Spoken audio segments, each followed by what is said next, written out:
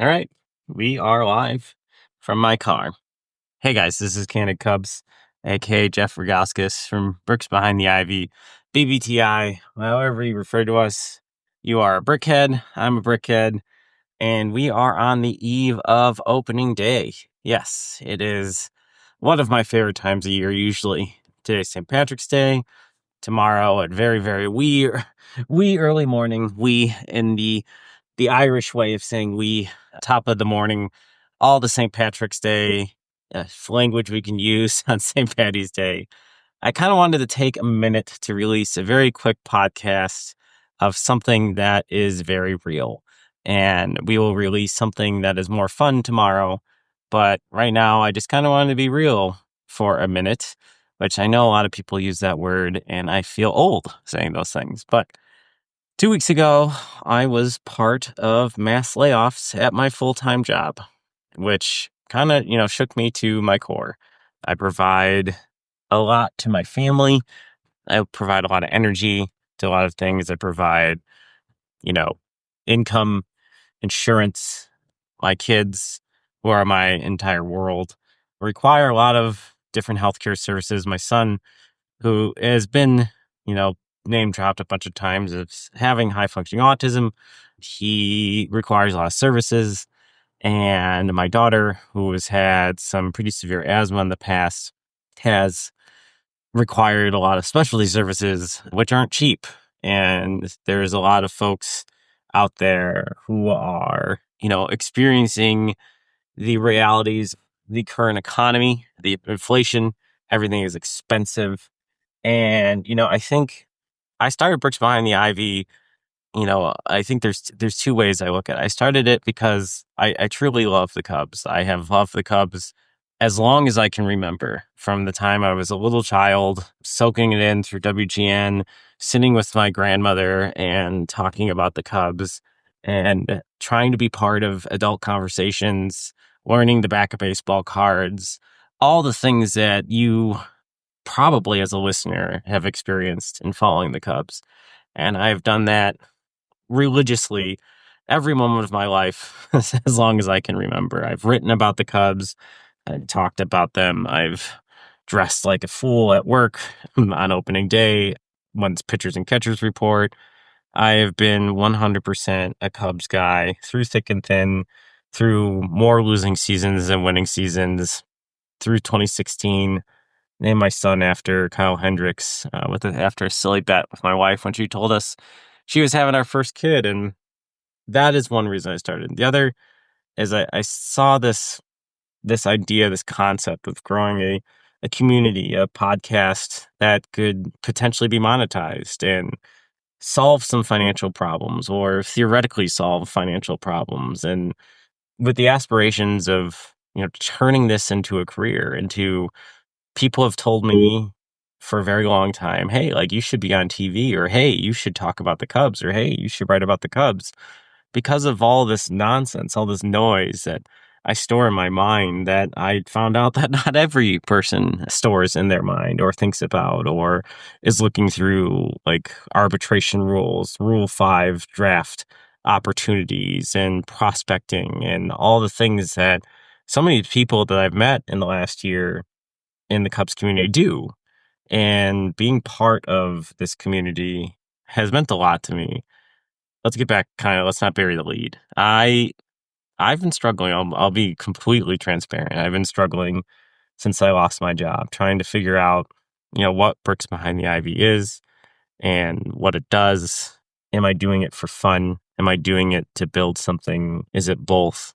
Where's the line? And I know myself really well. I have a hard time when things get tough. I can find that I put my energy in places to distract myself. I'm very much a huge advocate for mental health. I fell apart during the pandemic and trying to restructure my career and trying to find something that didn't take away from a work-life balance, try to diminish what had turned into large volumes of anxiety, which I've learned in the last year was caused by a struggle with ADHD that I, in hindsight, knew was always there, but just never had a definition for what those struggles were. And I feel like there's a lot of folks that sit kind of in that spectrum, ironically using that word, that have struggled with different things and have been told that they are certain things or aren't certain things because of how you've adapted to people's behaviors, food textures, noises, but you either struggled academically and were cast aside as a screw up or a burnout, or you didn't struggle academically and no one noticed the emotional struggles or the struggles you had socially with your peers or other struggles that we now understand as this much wider spectrum, which isn't necessarily autism, but a wide neurodiversity. And I probably fall on that spectrum. I have not been formally diagnosed. It's not an important label needed. It's not an important label I need, but it is something that I've realized through my son's diagnosis that some of these things are genetic. And also, I think that the most important thing in these situations is empathy and understanding of not everybody is cut, from the same cloth, that this unilateral education or unilateral interactive template that we apply to not just our children, but to people doesn't work. It doesn't work.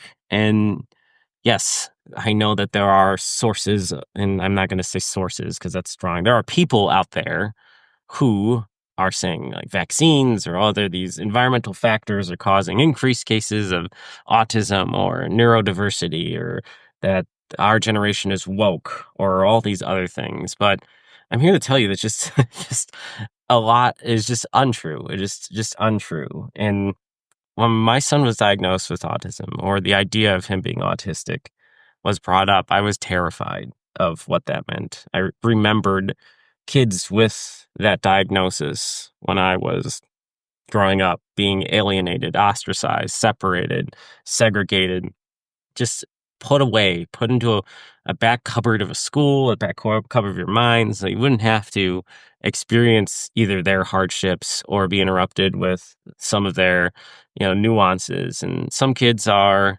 unfortunately, significantly debilitated. They have a hard time communicating.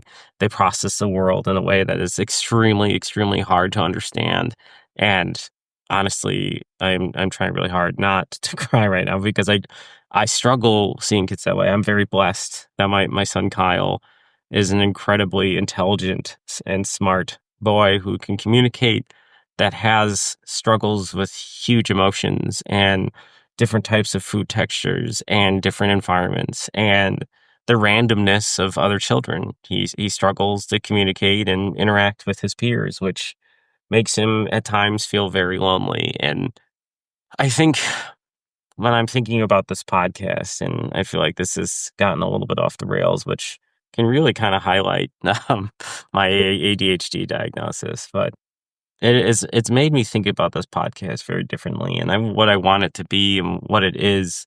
And when I started this with Pat last year, I had these aspirations of it being this saving grace out of maybe a career, out of a livelihood, out of something, solving a problem that I thought I saw existed, that I thought I understood, but it then became this kind of unhealthy addiction of, trying to promote it, trying to keep pushing it to another level, which was kind of an addiction, this need of being seen, being heard, being shared, and trying to figure out what that meant and how to grow something without it taking over your life. And I already have so many robust hobbies and friends, and I have things that I enjoy. And there were times last year, when I had a hard time enjoying the Cubs and I had a hard time enjoying baseball because I put the needs and the wants of what I thought the public or creating content in front of my own needs, my own health, my own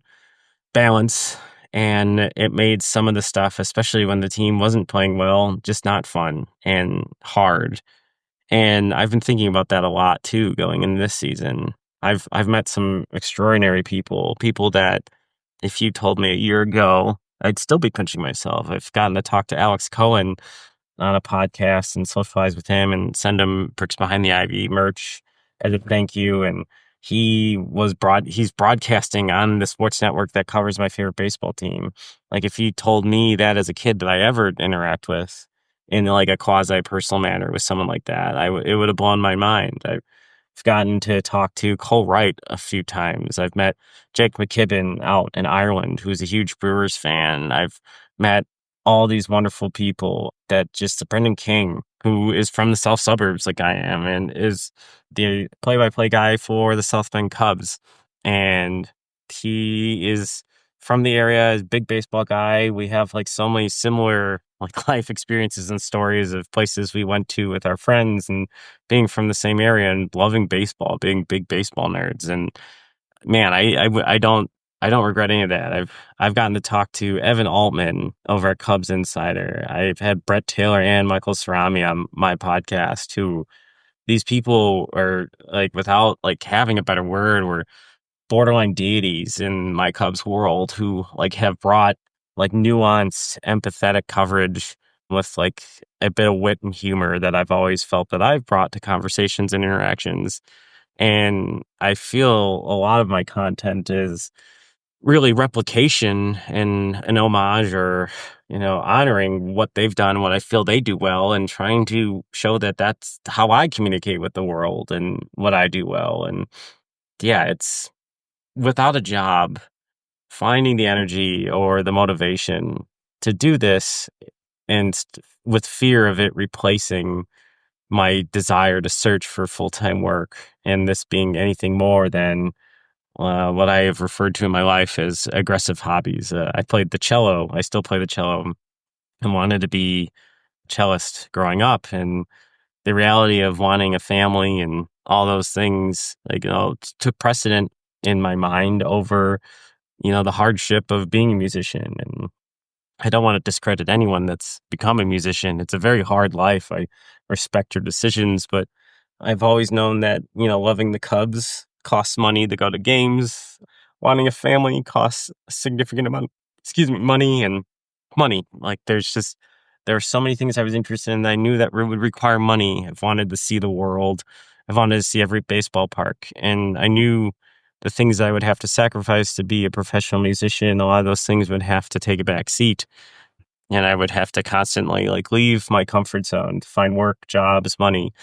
And I wasn't able to do that. It's a tough decision to make at 18 years old, but I struggled with that decision for years and, made it out of college. And now I feel like I have this charcuterie board of interesting experiences and presentation ability and such that has fit into a hodgepodge of insurance and data analytics career that I feel that I've been very successful. But there are days, yeah, in the recent week or so where, I have felt undervalued, or I've felt down on myself, or I've struggled to find how the energy to find what's next. And these are the ebbs and flows of someone with, anxiety and depression and ADHD. But yeah, I've had a hard time finding, that gear for Brooks Behind the Ivy. And I'm not saying Brooks Behind the Ivy is done. I'm just sharing a human moment with you, what Brooks Behind the Ivy is for me right now, and where I'm at right now, and why the content machine that I had produced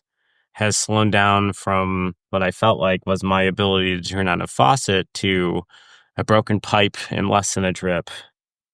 So here's what I had planned. I had planned a series preview, or sorry, a team preview for every team in the NL Central, and we had done the Reds. I have recorded and ready to put out an episode that I did with Cole Wright. And it's a season preview on the Cubs. I think it's a great episode. I had a ton of fun talking with Cole. And yeah, this past weekend we got norovirus because unfortunately sometimes when it rains, it pours. And I have some really serious and terrifying questions presented in front of me as I, continue my job search. And I've had some really great conversations and have really soul searched on what vocation and drive and where my expertise are. And I've been really curated in whom and what I'm targeting for the next step of my professional career. But yeah, the focus has shifted away from Bricks Behind the Ivy. And part of me feels like that is hurting what I've built. And the other part of me isn't concerned about that because there are questions of health insurance and things on the table that weren't on the table. And I was having exciting conversations with a bunch of different folks about Brooks Behind the Ivy that just had to be paused for very, very, very legitimate reasons. So we're going to push forward. There will still be bricks behind the ivy. The frequency of how it's going to happen in the future is going to be up in the air for a little bit as I try to kind of get through this tougher time with my family and for myself. But I do want to let you know that for every individual that's listened, interacted, thanked, found something in my content, like messaged me, I really, really do appreciate it. It's meant so much to me to do this and have the fun that I've had. Maybe it'll change going forward. Maybe we pick back up again once, I know what my paychecks are going to look like and what my next career is going to look like. But for now, it's going to be a little more sporadic. And I ask for your patience and your good thoughts as I tackle this difficult time that unfortunately a lot of people are probably experiencing as well. Well, the next episode you hear is going to be Cole Wright talking about what we think about this Cubs season, and we're pretty positive. So hopefully that's a nice, nice transition for you. But thank you so much. This is Candid Cubs. Hope to talk to you soon. Go Cubs.